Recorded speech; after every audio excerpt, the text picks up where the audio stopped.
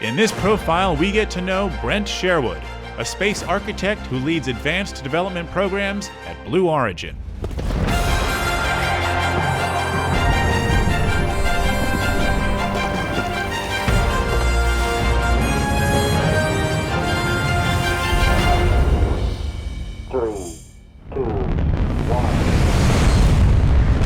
Project Ianos, you are go for launch.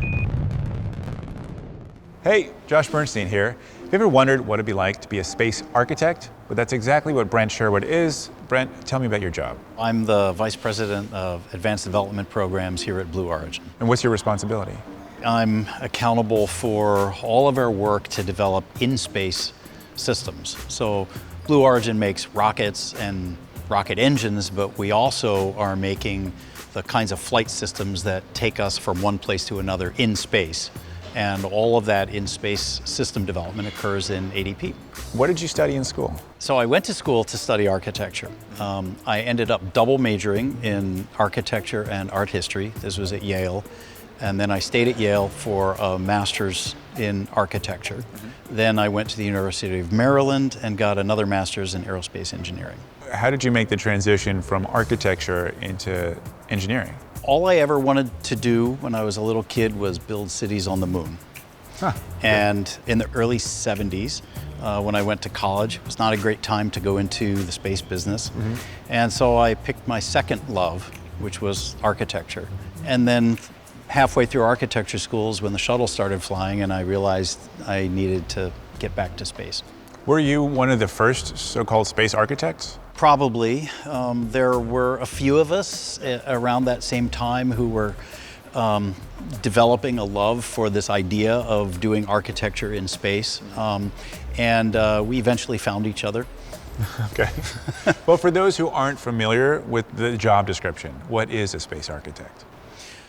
That's a great question, because the field is a very new field. So I'd say the best way to think about it is what architects do is design the built environment, what we call the built environment. That's all the physical, the buildings and the things that we build that humans occupy to do what they do. What space architects do is think about those problems in space.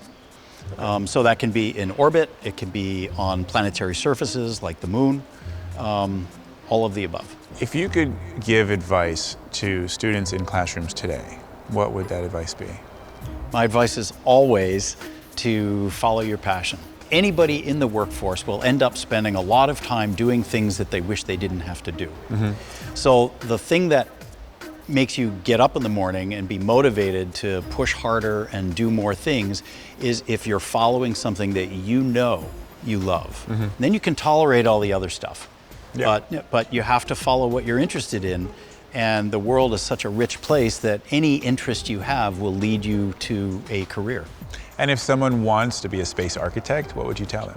I do get asked this question a lot by especially young architects who are interested in space architecture, and my advice is always to study engineering. Space flight is hard. It doesn't really do any good to dream up stuff if you can't actually also make it and implement it and operate it.